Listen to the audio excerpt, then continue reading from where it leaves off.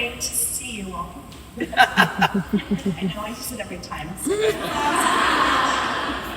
You're so silly. Thank you, Maria, Ron, and all of you guys for being here. I am so grateful to be in a room with such beautiful women and men. I see you, even though I can't physically see you, I see you. So thank you.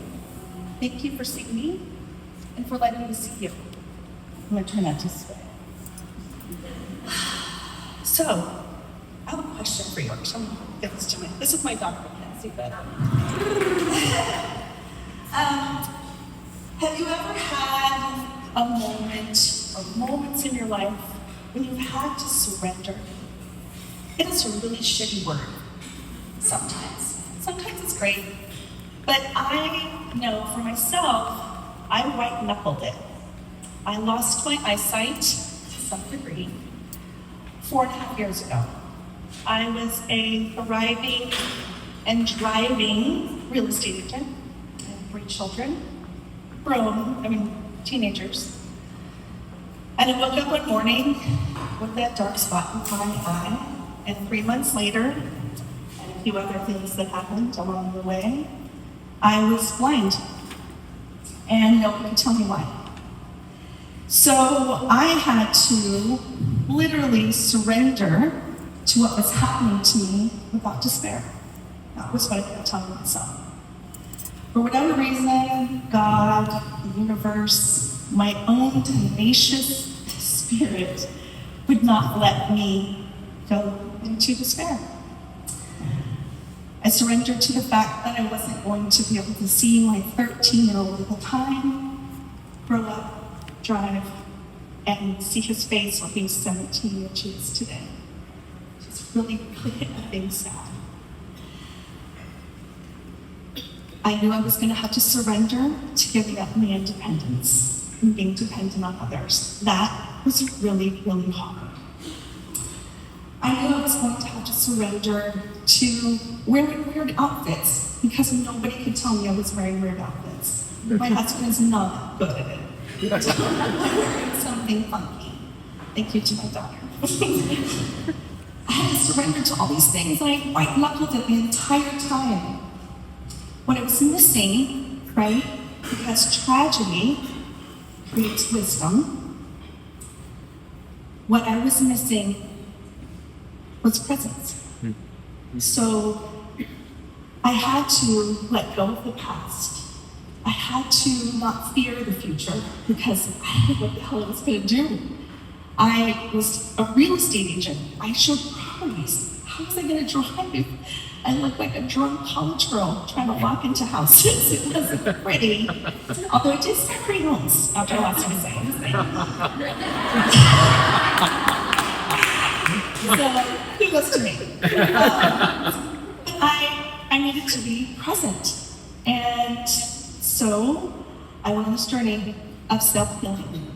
And I found that by being present, I was able to truly surrender and accept. And don't get me wrong, like there are days when I'm like, life fucking sucks, right? Excuse my language, sorry. But it's life, right? Things get thrown at you and you have to dodge, dip, dive, and all the things that they say in dodgeball, right? You have to do it. But you do it, and you do it because it's just what you do. So being present, I had a mantra that came through, which I live by to this day, and it's been so helpful for me, so I hope it works for you. This mantra is, be present, breathe into it, become that which is. Right now, you might have stuff going on in your life, whatever that may be. Everybody has a story, everybody has something, right? But if you take a minute to give yourself some grace, ground into the earth, and think that mantra. If it comes to you, if you don't remember it, it's totally fine. Just remember to be present. I promise it will help you. Help you move forward, right? That next step, whatever that might be in your life. So, here's my next question to you. Because of all of this that happened, right? This crazy, effed up, beautiful mess that I have endured and been blessed with, I will tell you, I would never have written a book. Never. I would never have a podcast, which I do. Minor mistakes, by the way. On Spotify.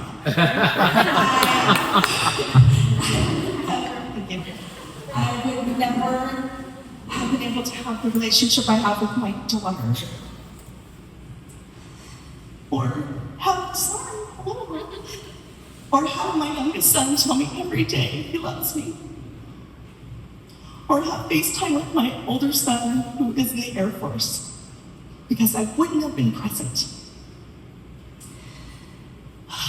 So, the last thing I want to leave you with is something that I've asked numerous people, and it's kind of a cool question to ask yourself, because this is where I am now. I am full of joy. Joy for what I'm given in this life, this time with my children, this time with you, the loss of my eyesight, which is crazy. Never thought I'd say that. So I'm joyful. I know that there are 3 types of joy. There's hard joy, easy joy, and soul joy. Hard joy are things like buying your first car, getting married, having your children, starting a new job. Easy joy is tasting your favorite dessert, listening to a baby laugh, smelling your favorite flower, feeling the ocean on your body. Soul joy is a really hard one to answer for some people. So I want you to think about this. What would be your pure soul joy? Now, I know you're gonna say, my children, and my husband, and my wife, and all, that's fantastic. Absolutely, they bring your soul joy. But what brings you joy? What lights you up? What makes you go, oh my God, that's so amazing. I'm so happy. I'm joyful. You're literally light up. No one can say anything to you about this because it lights you up. It can be as simple as music, which is this girl's. It could be hiking. It could be listening to books, whatever. If it's crazy, but that's your soul joy. So don't forget about your soul joy for you specifically, right? Because you're worth that joy. So, I have a thing I'd like to do with you. And I know Ron kind of did a little exercise where you guys closed your eyes. Is that correct? Yeah. Okay. So I'm totally counting on you guys to close your eyes and not peek, because it's a test. It's kind of an experience with, if you've lost your eyesight, which I hope you never do, by the way. But just to give you a moment to give yourself the time to focus on you and have that soul joy sink in and love you and sit with your spirit, because she's whispering to you. He's whispering to you every day. Love yourself, because that's all this is, right? And then we heal.